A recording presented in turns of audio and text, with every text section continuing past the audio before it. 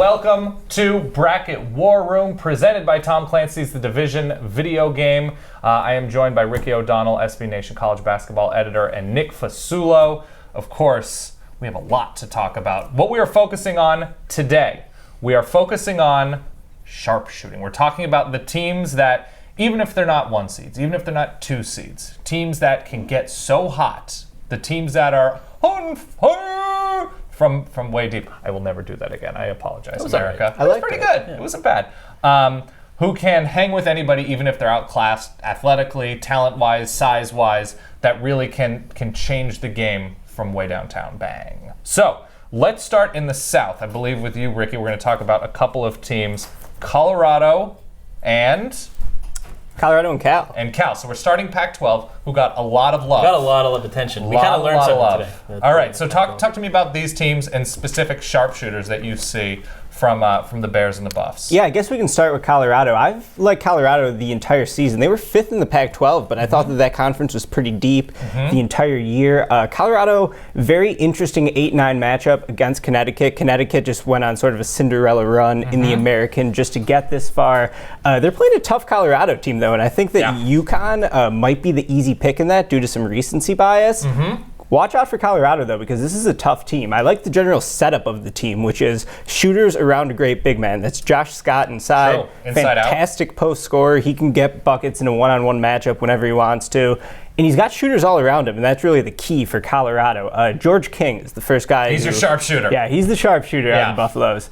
6'6" sophomore. He hit 45% of his threes. Not bad. On a team that hit 39% of their three-pointers throughout the year. He's their best three-point shooter. So I think that he's the guy who, when the ball dumps into Scott in the post, he's looking for King on the kickout because, throughout this year, George King has been a super consistent shooter for them. And I think that that's something they can count on, in this matchup against Connecticut. Nick, you feeling good about Colorado? You're a West Coast guy now. Ricky taught me a lot about Colorado today. Are you now a 10 I got loyal educated, and believer? now I have East Coast bias. Sure. UConn, Okay. I'm all in on Colorado this week. Excellent. Yeah, they'll jack threes. They're a team of chuckers in the best possible way. And speaking of which, who else on the West Coast is doing it for you from the South region?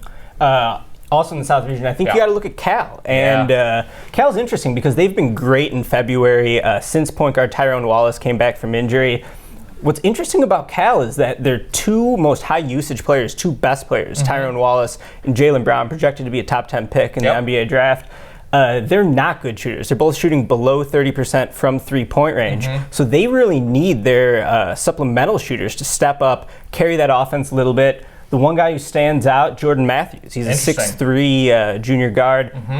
He can shoot the ball extremely well. He's taking 6.2 threes a game. He's knocking down 41%. He hit 44% last year. So that's a guy who they can count on when... Proven from deep, when, Wallace and Brown aren't just putting their head down trying to get to the rim. They can kick out to Jordan Matthews and another guy, Jabari Bird, who is a McDonald's All-American, fantastic player. He's a 40% three-point shooter as well. I think Matthews and Bird...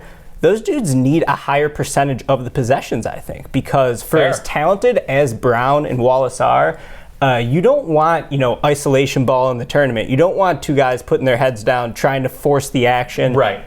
This Cal team is super talented, and it's not just because of those one-and-done draft picks in Jaylen Brown and Ivan Rabb.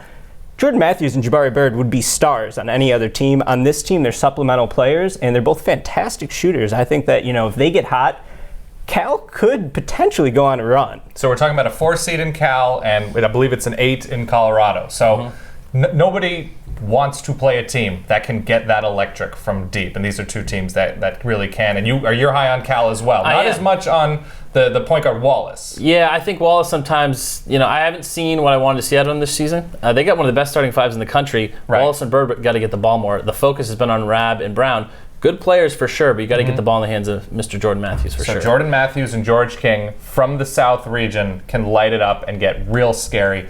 Hey internet friends, thanks for watching Bracket War Room presented by Tom Clancy's The Division video game. You know what? While I've got you here, why don't you check out Heroes of March, also presented by Tom Clancy's The Division video game. Do it. Click right here, or you can click right there. Ooh, what about this one? I think you're gonna like those. Click them. Do it.